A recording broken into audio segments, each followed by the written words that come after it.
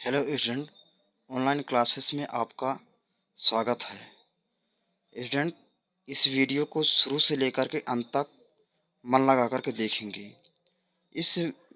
इसमें दिए गए टॉपिक दिए गए हैं बीजीय व्यंजक एवं स्वर समीकाएँ। ये क्वेश्चन जो है इसके विषय हम पढ़ने वाले हैं। क्वेश्चन हल करने के पहले जो टॉपिक दिया गया है उस पर ध्यान देते हैं। इसमें जो है ऐसे बच्चे सभी ध्यान दें जो छठवीं, सातवीं और आठवीं और आगे नौवीं, दसवीं के भी बच्चे हैं, उन सभी के लिए ये वीडियो जो है महत्वपूर्ण है। और ऐसे बच्चे जो नवोदय प्रवेश परीक्षा की तैयारी कर रहे हैं, उन सभी के लिए जो है ये टॉपिक महत्वपूर्ण हेल्पफुल होगा। ध्यान देंगे सभी स्टूडेंट। इस टॉपिक पर हम चर्चा करते हैं। इस वीडियो को देखने के बाद आप लास्ट में कमेंट में ज़रूर बताएं कि आपको ये वीडियो कैसा लगा। ध्यान देंगे स्टूडेंट। इसमें देखिए कि इस टॉपिक में दिया गया है बीजीय व्यंजक एवं स्वर समीकाएँ। तो सबसे पहले इस टॉपिक को पढ़ने के पहले हम इनके अर्थ पर बात करते हैं। ध्यान दें स्टूडेंट, सबसे पहले बात करते हैं इस बीजीय व्यंजक और स्वर समीकरण से बहुत सारे क्वेश्चन बनेंगे, अलग अलग प्रकार के क्वेश्चन बनेंगे। लेकिन सबसे पहले आपको ये टॉपिक के विषय में यदि आपको सही जानकारी अगर मिल जा रहा है तो आप क्वेश्चन किसी प्रकार से बने जिसको आप जो है बड़ी आसानी से हल कर सकते हैं। तो ध्यान देंगे स्टूडेंट, हम इन्हीं के सबसे पहले हम अर्थ पर चलते हैं। फर्स्ट में दिया गया है बीजीय व्यंजक, और बीजीय व्यंजक जानने के बाद हम इसके आगे स्वर समीकाएँ के विषय में जानेंगे। सबसे पहले ध्यान देंगे स्टूडेंट, बीजीय व्यंजक है क्या। ठीक है, यह मैंने जैसा कि नीचे लिखा है बीजीय व्यंजक, है ना। जब इसमें कहा जाए तो बीजीय व्यंजक में दो पद होते हैं, चर एवं अचर। मतलब ये राशि कहा जाए, ये राशि होते हैं चर एवं अचर। इनसे मिलकर के एक कथन बनता है ना। एक कथन बनता है इनसे, और ये कथन या एक सिस्टम बनता है, उसे हम क्या कहेंगे, बीजीय व्यंजक कहेंगे। अब हमने तो जाना चर एवं अचर, इनसे मिलकर के इनकी सहायता से जो कथन बनता है, लेकिन हमको ये जानना पड़ेगा अब चारों अचर से तो बनता है, लेकिन चर और अचर ये वास्तव में है क्या होते हैं, है ना। लेकिन इसको जानने के पहले स्टूडेंट ध्यान देंगे, यहाँ एक एग्जाम्पल आपके सामने दिया गया है। देखिए, चर एवं अचर की सहायता जो कथन बनता है, जैसे यहाँ दिया गया है 2x+4, आगे एग्जाम्पल है x+4, आगे अगला एग्जाम्पल है y+2, है ना। इन्हीं को हम कहा जाए यह एक बीजीय व्यंजक है। ये क्या है, एक बीजीय व्यंजक। लेकिन इसमें हमको ये जानना पड़ेगा इसमें चर और अचर क्या है। तो आगे ध्यान देंगे स्टूडेंट, चर और अचर पर बात करते हैं हम लोग। देखिए, चर ये आपके सामने दिया गया है चर। चर ये जब बीजीय व्यंजक ये बना हुआ है, बीजीय व्यंजक में जो है चर जो होते हैं, जो अंग्रेजी के जितने वर्ड होते हैं, अंग्रेजी के कहा जाए जो अक्षरों में होते हैं, अंग्रेजी के अक्षर में जितने भी होते हैं, चाहे आप एक्स ए से लेकर के जेड तक किसी भी अक्षर की बात करें हम, है ना। यदि वो है व्यंजक पर जो है, यदि वो अक्षर दिया गया है, तो जितने भी अक्षर हों, जैसे कि यहाँ x2x+4 दिया है, x+4 y+4, तो यहाँ x y इनको हम क्या कहेंगे, चर कहेंगे। ये आपके सामने है। जैसे अंग्रेजी के अक्षर जितने होते हैं इसमें, ये सब क्या कहलाएंगे, चर कहलाएंगे। जहाँ यहाँ दिया एक्स वाई, ये एक्स हमने ये लिया, फिर ये एक्स ये लिया, फिर इसके बाद ये वाई हमने यहाँ लिया, है ना। इनको क्या कहेंगे, चर कहेंगे। अब अगला देखेंगे स्टूडेंट, दूसरे नंबर में ये है अचर, है ना। अब अचर में देखिए, अब अंग्रेजी का अक्षर तो ये पहले दिया गया, अब उसके बाद जो शेष गिनती वाले अंक बचते हैं, जैसे कि यहाँ दिया गया 2, 4, 4, 2, ये दिए गए हैं। यहीं हमने लिया 2 लिया, +4 लिया, +4 लिया और 2 लिया। ये जो बचे हुए अक्षर गिनती के अंक हैं, ये सब क्या कहलाएंगे, अचर पद कहलाएंगे। ये क्या कहलाएंगे, अचर पद कहलाएंगे। एक बात और विशेष ध्यान दीजिएगा, जब हम बीजीय व्यंजक बनाते हैं, तो अभी तो हमने जब ये व्यंजक बना, ये दोनों मिले हैं, दोनों मिलकर के जो ये क्या बना है, ये एक कथन बना रहे हैं, व्यंजक बना रहे हैं, तो इन्हीं को क्या कहेंगे हम, बीजीय व्यंजक कहेंगे। जब अंग्रेजी के अक्षर और गिनती के अंक दोनों मिलकर के एक कथन बनाते हैं, ये क्या कहलाते हैं, बीजीय व्यंजक कहलाते हैं। अभी तक स्टूडेंट आपको कुछ इस बताने के अनुसार आपको बीजीय व्यंजक कुछ जरूर समझ में आया होगा, जिसमें एक बात और विशेष ध्यान रखें, ये जो चर अंग्रेजी के जो अक्षर में जी जिसको हम चर कहते हैं, इनका मान जो है ध्यान दीजिएगा, जब व्यंजक को हम हल करते हैं तो इनका मान जो है बदलता नहीं है, इनका मान जो है वही रहता है। और इनके बाद जैसे हम गिनती के अंक की बात करें, ये रहते इनका मान जो है बदल जाता है, ये जुड़ते हैं घटते हैं।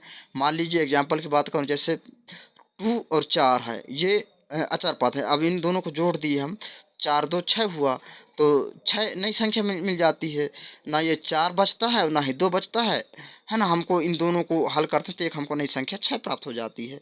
तो इसका मतलब ये होता है अचर पद जो है विजीय व्यंजक को हल करने पर हमेशा बदलते रहते हैं, लेकिन चर पद जो है नहीं बदलता है। चर पद में देखिए एग्जाम्पल में कहा जाए, मान लीजिए हम x और ये x, दोनों को अगर जोड़ा जाए तो क्या हो जाएगा, 2x हो जाएगा। ये तो 2 नई संख्या मिली, लेकिन x जो है वही रहता है, x बदलता नहीं है। इस प्रकार से हम कहते हैं कि चर का मान जो है हमेशा नहीं बदलता और अचर का मान जो हमेशा बदलता रहता है। ये कब होता है, जब बीजीय व्यंजक को हल करने पर इनका मान में परिवर्तन होता है। आगे ध्यान देना स्टूडेंट, दूसरा नंबर अगला आता है व्यंजक बनाना। व्यंजक जो है कैसे बनाया जाता है, जब बहुत सारे व्यंजक जो होते हैं, चर और अचर पद जो होते हैं, ये चर और अचर पद जो है व्यंजक बनाने के लिए कभी जुड़ने की स्थिति पर भी रहते हैं, ये जुड़ने की स्थिति पर भी रहते हैं, और ये घटने की भी स्थिति पर रहते हैं, घटाना भी रहता है, गुणा की स्थिति पर भी रहते हैं, भाग की स्थिति पर रहते हैं, है ना। और इनसे जो एक मिलकर के एक कथन बनता है, ये सब क्या कहलाएंगे, ये व्यंजक बनाते हैं। ये मिलकर के जो है एक कथन बनाते हैं, ये क्या कहलाएंगे, व्यंजक बनने की क्रिया कहलाएंगे। अब आगे देखना यहाँ, जैसे जोड़ने की स्थिति में बात करें, x+5 ये जुड़ने की स्थिति पर है, ये भी एक व्यंजक है। दूसरे नंबर देखिए घटाना में x-4 दिया गया है, ये भी घटाने की स्थिति पर है, ये भी एक व्यंजक है। और अगला देखिए ये गुणा है, तो इसमें देखिए यहाँ मतलब एक बात ध्यान दीजिए, विजीय व्यंजक में आप इसे ध्यान रखना, महत्वपूर्ण बात है, यहाँ x और 2 दिया गया है स्टूडेंट, ध्यान दें। तो 2 और x दोनों के बीच में कोई चिन्ह नहीं है, ना धन है ना ही ऋण है। यदि आपको ऐसा कथन कभी भी मिले, ऐसा बने, तो आप इनके दोनों के बीच में क्या मानेंगे, आपको गुणा मानना पड़ेगा, है ना। तो 2 और x के बीच में क्या माना जाएगा, गुणा, तो इसको 2x बोलते हैं हम, ठीक है। दोनों के बीच में गुणक रहते, ये गुणक रूप में है। और इसके अगला दिया है x/4, ये बटे मतलब भाग होता है, ये भाग के रूप में है। इस प्रकार से जो है ये कथन बनता है, तो हम ये क्या कहते हैं, ये व्यंजक कहलाएंगे ये, है ना। और व्यंजक इसी प्रकार से बनाया जाता है। आगे आता है, देखिए आगे हम बात करें।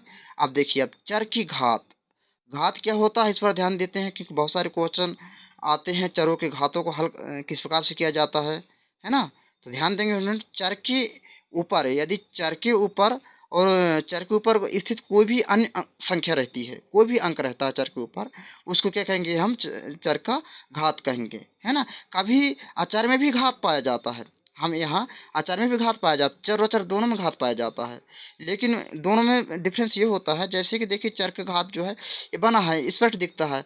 मान लीजिए अगर अचर में घात रहता है, तो इसको क्या करते हैं कि अचर इसको आगे जो लिखेंगे, इसका आगे पार्ट, तो ये गुणक रूप में हो जाता है, गुणा हो जाता है। जैसे x⁻², x² कहेंगे इसको, और +4⁻² कहेंगे, तो इसका गुणक रूप में हो जाता है 4×4 = 16, क्योंकि घात जितनी होती है उतने ही जो अंक जो होता है, जो दिया गया था संख्या, उतनी ही बार उसका गुणा हो जाता है। तो इसका मान लीजिए कहा था x²+x² और इसको आगे हल करेंगे तो मिलेगा कि x² + 16 है, 4×4 = 16, 4 गुणा 4 बार हो जाएगा, मतलब 2 लिखा है तो जितना अंक है तो उतने बार यहाँ गुणा करेंगे, है ना। इसी प्रकार जैसे यहाँ y भी चर है, y चर की घात 4 है, इस प्रकार -5 है, इसमें कोई घात नहीं दिया गया है।